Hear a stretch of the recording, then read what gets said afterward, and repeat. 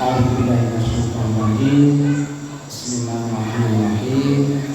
Assalamualaikum warahmatullahi wabarakatuh.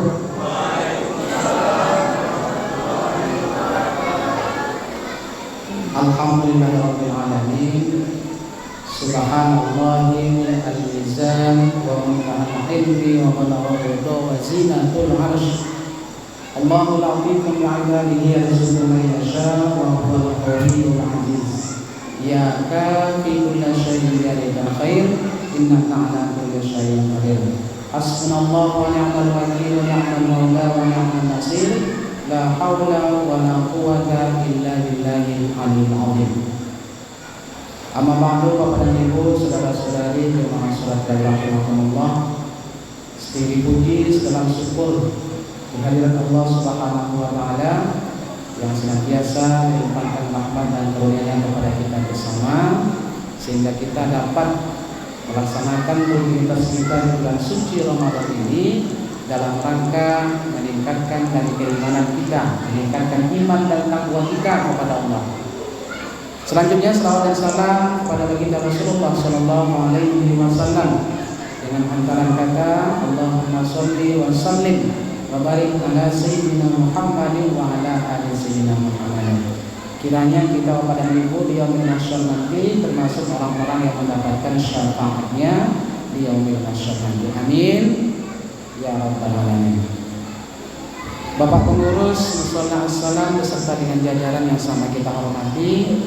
Selanjutnya Bapak dan Ibu, saudara-saudari yang tidak dapat kami sebutkan satu persatu, terkhusus kepada Ustadz Romi, karena sebelumnya memang dengan Ustadz ini sudah kenal, sudah tahu, satu alumni dari IAIN, sekarang jadi UIN, membonjol Padang. Bapak dan Ibu jemaah saudara rahimakumullah, kita disuguhkan tadi dengan generasi yang kita ajak untuk meramaikan mushola atau tempat-tempat ibadah lain. Tidak banyak pada Ibu. Dari sekian masjid dan mushola yang sudah kami kunjungi, tidak banyak yang menampilkan anak-anak remaja, anak-anak peserta didik kita yang tampil. Ini perlu untuk diteruskan. Bila perlu ditambah. Kalau kita ini yang Bapak dan Ibu, sebentar lagi kita masuk tanah. Siapa lagi generasi kita? Entah mungkin pengurus kurang percaya dengan anak-anak atau bagaimana, kita kurang tahu. Tapi yang jelas di tempat kami dulu ini memang jalan remaja-remaja masjid itu yang maju, setidak-tidaknya jadi protokol atau membaca Al-Quran. Karena kalau tidak kita siapkan generasi kita, ini masjid atau mushola hari demi hari akan semakin langka. Jadi pada Ibu, kita berterima kasih, mungkin ini gagasan dari Ustadz Romi agar keadaan seperti ini dilanjutkan di tahun-tahun yang akan mendatang. Baik Bapak dan Ibu, adapun tausiah kita pada kesempatan kali ini singkat saja, hanya sebuah ayat yang ingin saya sampaikan di hadapan Bapak dan Ibu, yaitu surat Al-Jumu'ah ayat yang ke-6. Bismillahirrahmanirrahim. Wa in qala Isa bin Maryam, dan ingatlah ketika Isa putra Maryam berkata, ya Bani Israel, wahai kaumku Bani Israel, inni Rasulullah ilaikum, aku adalah utusan Allah kepada kamu. Musaddiqan lima baina yadayya minat Taurah, aku benarkan ajaran sebelumku sebagaimana yang termaktub di dalam kitab Injil dan Taurat. Wa mubasysyiran bi rasuli ya'ti min ba'di ismuhu Ahmad, dan akan datang seorang rasul sesudahku, kata Nabi Isa, namanya Ahmad. Falamma ja'ahum bil bayyinati qalu hadza sihrun mubin, dan ketika Rasulullah Muhammad itu sudah Ahmad itu sudah muncul, mereka katakan ini sihir. Ini yang diada-adakan karena tidak sesuai dengan ekspektasi atau harapan mereka. Bapak dan Ibu, ini ada satu masalah sesungguhnya ketika ayat ini dibaca oleh orang-orang orientalis atau orang-orang Yahudi. Kalau kita no problem, kita tidak ada masalah. Karena mau Ahmad mau Muhammad tetap Rasulullah adalah nabi kita. Tetapi jika ayat ini dibaca oleh orang-orang Yahudi, dibaca oleh orang-orang Orientalis terutama, ayat ini sungguh sangat bermasalah. Kenapa demikian? Ya fitnah agama kita. Islam agama pembohong. Islam agama yang tidak konsekuen dengan Al-Qur'annya. Kenapa demikian? Jelas surat Al-Jum'at ayat 6 mengatakan sesudah Nabi Isa itu lahir seorang rasul namanya Ahmad. Tidak bisa kita bantah pada itu. Bukan Muhammad. Wa mubasysyiran bi rasulin ya'ti min ba'dihi ismuhu Ahmad. Akan datang seorang rasul sesudahku, kata Nabi Isa, namanya Ahmad. Dan Ahmad itu termaktub di dalam kitab Injil, Taurat, dan Zabur. Lagi-lagi Al-Quran juga menelaskan. Jadi 4 kitab itu menyebutkan nama sesudah Nabi Isa itu Ahmad, bukan Muhammad. Jadi menurut mereka pada ibu, syahadat kita bermasalah. Yang benar menurut mereka syahadat kita adalah asyhadu an la ilaha illallah wa asyhadu anna Ahmadar Rasulullah. Itu yang benar menurut mereka. Karena memang itu yang termaktub di dalam surah Al-Jum'at ayat 6. Nanti bisa Bapak dan Ibu lihat di rumah, perjelas ayat itu atau lihat penerangan atau tafsir yang ada di dalamnya. Baik Bapak dan Ibu yang rahimahullah, apa jawaban kita terhadap permasalahan yang demikian? Jadi sebelum kita lanjut Bapak dan Ibu, kita tidak membahas tentang golongan Ahmadiyah, tidak pula membahas tentang syahadat yang salah. Tapi kita berusaha malam ini membela akidah keimanan kita, karena memang syahadat kita adalah asyhadu an la ilaha illallah wa asyhadu anna Muhammadar Rasulullah. Ini kisah diawali ketika Rasulullah SAW Isra dan Mi'raj. Tugas utamanya adalah menjemput sholat. Nanti saya sudah cerita ini selesai baru kita dapat menyambungnya. Untuk saat sekarang belum nyambung nih, karena nama syahadat kemudian Isra kan agak zigzag. Tapi nanti sesudah selesai kita terangkan, mudah-mudahan kita paham. Sesudah sholat, perintah sudah di tangan, sudah diambil oleh Muhammad. Sampai di bumi Rasul bertanya, "Ya Jibril, bagaimana cara melakukan sholat ini?" Lantas Jibril menjawab, "Ya Rasulullah, kami para malaikat tidak ada kewajiban sholat. Kami tidak tahu bagaimana cara melaksanakan sholat itu." Oleh karena itu Jibril kembali menghadap kepada Allah. "Ya Allah, Rasulullah Muhammad bertanya saat sekarang, sholat yang telah engkau wajibkan bagaimana cara melakukannya?" Ini di waktu duduk di pesantren dulu, hadis qudsinya dibacakan oleh Ustadz. Secara tekstual saya juga tidak hafal, tapi secara keterangan iya. Ini yang mau saya sampaikan. Lantas Allah berfirman, "Jibril, ketahuilah engkau sebagai malaikat yang penyampai wahyu, apa nama Muhammad di dalam 4 kitab yang telah kuturunkan kepadamu?" Karena Jibril itu kan perantara, penyampai. Dengan mudah Jibril mengingatnya, "Ahmad ya Allah, Ahmad itulah sholat." Kan begitu jawabannya, Ahmad itulah sholat. Bagaimana penjelasannya Bapak dan Ibu? Ahmad terdiri dari berapa huruf Bapak dan Ibu? Ada 5 nah. Coba kita lihat huruf-hurufnya. Ahmad terdiri dari 5 huruf. Huruf yang pertama adalah alif. Lakukan sholat itu seperti huruf alif, maka dia berdiri tegak lurus. Jadi jauh sebelum perintah sholat itu kita lakukan, sesungguhnya cikal bakalnya sudah ada di 4 kitab yang sebelumnya, 3 kitab sebelumnya termasuk di Al-Quran. Maka nanti guru asli Muhammad dalam melakukan sholat itu adalah Jibril. Jadi ketika ada misalnya umat Islam atau saudara kita yang Islam, sholat itu dikarang oleh para ulama, di sini dapat kita bantah. Sekarang kan orang Islam nih Bapak dan Ibu aneh-aneh. Semua dipertanyakan. Ya, semua dipertanyakan. Yang kadangkala akal kita tidak sampai ke situ. Yang kadangkala keterangan itu tidak kita dapatkan. Semua dipertanyakan. Sehingga kadang-kadang ada Islam-Islam yang yang anti hadis lah, tidak percaya dengan hadis. Padahal susah Pak dan Ibu memahami Al-Quran ini tanpa hadis, susah. Jadi pelengkapnya itu hadis. Jadi ada orang yang tak percaya dengan hadis, karena semua dipertanyakan.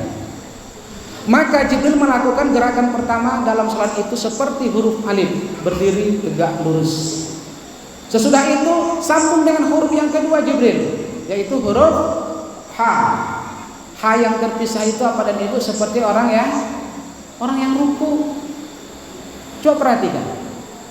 Ha yang berdiri sendiri, ha yang tunggal. Ha kecil ya, bukan ha besar. Ahmad, bukan Ahmad, Ahmad. Maka gerakan yang kedua dalam sholat itu adalah ruku. Jadi jangan nanti kita mengikut kepada orang bahwasanya gerakan sholat itu yang dibuat-buat, tidak. Itu firman itu. Maka dilakukan. Sesudah itu apa dan Ibu? Huruf yang ketiga adalah huruf dalam Ahmad, huruf mim. Mim itu seperti orang yang duduk antara dua sujud. Maaf, seperti orang yang sujud karena dia berdiri sendiri. Coba perhatikan mim. Dia seperti orang yang sujud. Maka Jibril melakukan yang pertama berdiri, yang kedua ruku, yang ketiga sujud. Disambung dengan huruf yang keempat adalah huruf dal. Itu baru duduk. Maka keempat komponen ini menjadi rukun dalam sholat. Nah, itu harus kita perhatikan. Nanti apa dan Ibu, ini tugas kita untuk menyampaikan ke anak-anak kita. Jangan mereka nanti terpengaruh dengan penjelasan-penjelasan yang tidak bertanggung jawab sehingga menukar syahadatnya. Itu adalah firman Allah. Maka dengan serta-merta Jibril turun ke bumi dan diajarkanlah kepada Muhammad, cara melakukan sholat itu seperti namamu. Perhatikan, maka dipraktekkan oleh Jibril, diikuti oleh Muhammad. Maka gerakan sholat yang kita lakukan itu absah sahih, memang itu firman dari Allah. Tidak ada keraguan. Adapun misal mengingkat tangan, melipat tangan, itu gerakan tambahan dan bisa jadi itu berbeda-beda di dalam satu mazhab dengan mazhab yang lainnya berbeda. Imam Malik misalnya dia tidak melipat tangan karena memang lipat tangan itu bersedekat istilahnya itu tidak rukun, termasuk mengangkat kedua tangan ketika takbiratul ihram. Yang jadi rukun itu adalah takbir Allahu Akbar. Ini apa dan Ibu perlu kita tegaskan kepada anak-anak kita. Temuan di beberapa siswa kita baik di SD dan di SMP ditemukan itu langsung disambung Allahu Akbar kabira. Itu berbeda. Takbir yang pertama itu rukun. Takbir yang kedua dalam doa iftitah itu sunnah. Jadi sering diperhatikan entah dari mana mereka dapatkan, dari musola mungkin atau dari mana kita tidak tahu. Jadi di sekolah itu diperbaiki. Allahu Akbar kabira walhamdulillah kabira. Kalau itu yang dibaca kita membaca doa iftitah itu satu paket. Allahu Akbar yang pertama itu rukun. Namanya takbiratul ihram. Itu yang menjadi rukun. Dan ketika kita melakukan bacaan-bacaan ruku, ada yang berbeda versi, doa iftitah ada yang berbeda versi, karena memang sunnah itu boleh berbeda-beda. Tapi kalau yang wajib tidak. Jika ada di antara kita umat Islam yang tidak mengakui berdiri bahagian dari sholat, maka itu tidak benar. Jadi 4 gerakan itu yang utama. Pertama berdiri, ruku, sujud, duduk antara dua sujud atau duduk akhir. Dalam hal ini ulama yang membedakan dan menerangkan bagaimana posisinya. Bapak dan Ibu jemaah salat rahimakumullah, itulah penjelasan singkat yang dapat kita jelaskan ketika ada orang menyerang akidah kita bahwasanya syahadat itu tidak benar menurutnya. Kita dapat bela hari ini bahwasanya nama itu betul. Memang jika kita baca Al-Quran ini keseluruhan apa dan Ibu, satu-satunya ayat yang berbicara tentang nama sesudah Nabi Isa memang Al-Jum'at ayat 6. Tidak ada ayat yang lain. Satu-satunya ayat yang berbicara tentang nama. Bahkan nama Ahmad di dalam kitab ini pun, dalam Al-Quran ini pun hanya satu-satunya. Muhammad ada, tapi nanti itu akan beda versi karena tidak menerangkan tentang nama sesudah kerasulan Nabi Isa. Tapi nanti nama itu menjelaskan Muhammad itu bukanlah sesuatu yang abadi. Itu tentang bagaimana peristiwa Umar bin Khattab itu. Berbeda lagi kisahnya. Tapi yang menerangkan nama sesudah Nabi Isa memang satu-satunya dalam Al-Quran ini adalah Jumat ayat 6. Jadi Bapak dan Ibu, sekali lagi kami sampaikan, mohon nanti sampaikan kepada anak-anak kita agar ketika mereka ini bisa jadi muncul di permasalahan di kuliahan. Apalagi sekarang tanda kutip seperti kami dengan Ustadz Romi dulu IAIN masih ada pembatasnya. Sekarang UI tidak ada lagi batasnya. Orang yang tak pakai jilbab, orang yang non muslim sudah masuk ke sana. Kalau dulu kami tidak, semuanya muslim. Di awal-awal kita masuk itu sudah yang tidak berpakaian muslimah out, harus sopan. Sekarang tidak bisa lagi karena dia sudah berubah. IAIN menjadi UIN. Dia universitas universal, terbuka untuk siapa saja. Itu jadi nanti ketika hal ini muncul di perkuliahan atau muncul bagaimana, dari dini kita beritahu kepada anak-anak kita, syahadat kita begini keterangannya, bukan Ahmad tapi Muhammad. Kenapa begitu? Karena Ahmad itu adalah cikal bakal sholat. Kalau dibahasakan kembali, tidak akan jadi Muhammad kalau tidak Ahmad. Tidak akan jadi orang yang terpuji kalau dia tidak sholat. Itu lain lagi filosofi, itu lain lagi keterangannya. Jadi kalau ingin kita terpuji di hadapan Allah dan di hadapan manusia, sholat.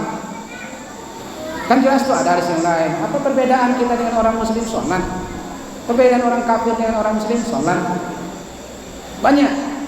Sholat itu tiang agama. Banyak sekali yang menerangkan tentang keutamaan dan kita harus melakukan sholat itu. Jadi Bapak dan Ibu, di kesempatan yang singkat ini, alhamdulillah, mudah-mudahan sampai kepada Bapak dan Ibu kita dapat bela akidah kita, bahwasanya akidah kita akidah yang benar, bukan salah, bukan bertentangan dengan Al-Quran yang kita yakini kebenarannya 100%. Barangkali itu Bapak dan Ibu, mohon maaf bila ada yang dalam penyampaian, mohon maaf jika ada kata-kata yang tidak pada tempatnya. Billahi taufik wal hidayah. Assalamualaikum warahmatullahi wabarakatuh.